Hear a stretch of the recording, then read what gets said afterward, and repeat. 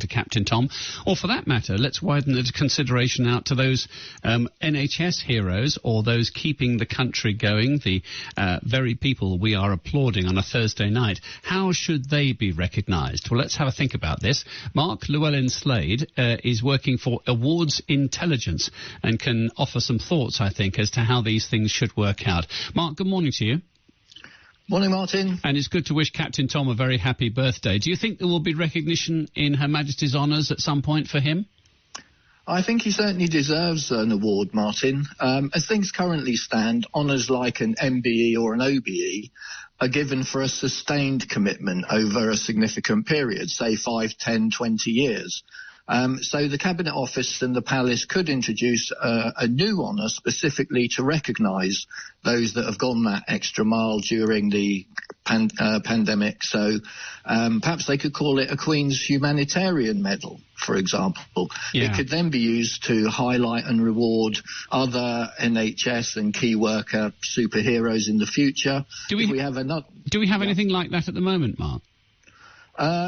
Nothing specifically like that. We do have a George Cross, which was first introduced by King George VI back in 1940, which rewards acts of extreme bravery.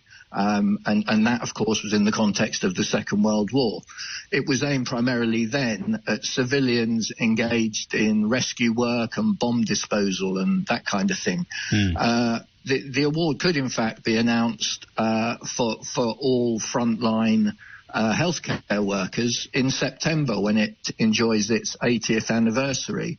In fact, both medals could be given out. You could give a Queen's Humanitarian medal to those who are not frontline key workers but are still playing an important part in all this, but then save the George Cross for those people very much at the coalface.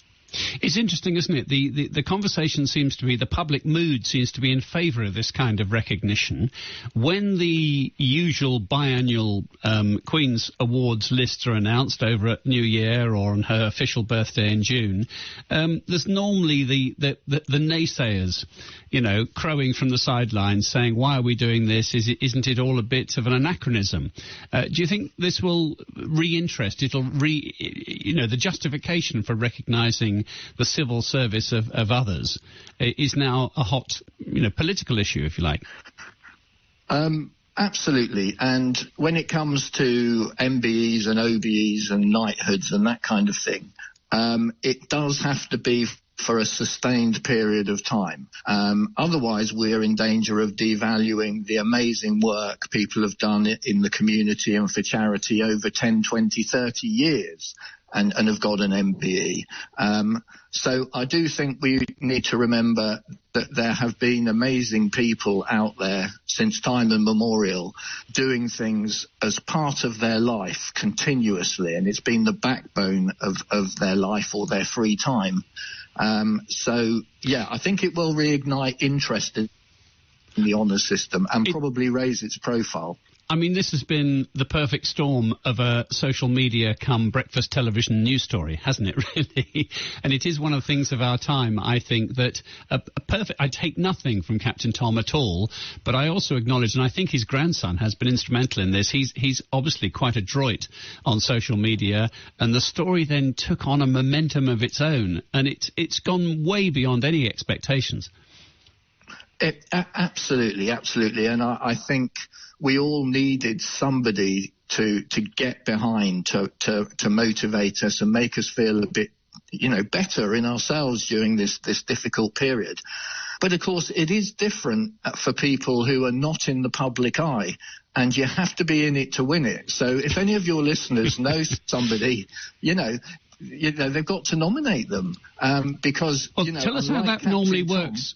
If we know of somebody who you think should be recognised because quietly they've done, I don't know, Meals on Wheels or something like that, what is the process by which you want to acknowledge that effort of another person?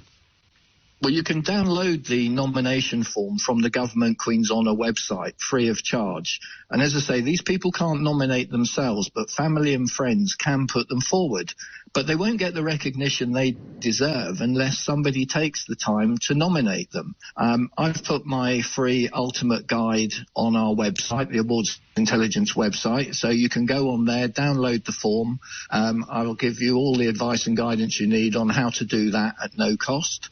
But please do get people nominated who have either played a key role around this horrible pandemic or have been doing things for a sustained period of time. And that is important. Really, it needs to be a mixture of the two, rather than something for a week or two, however important that might be. Indeed so. Quite understand. Mark Llewellyn-Slade, thank you very much indeed. Mark works for Awards Intelligence. So you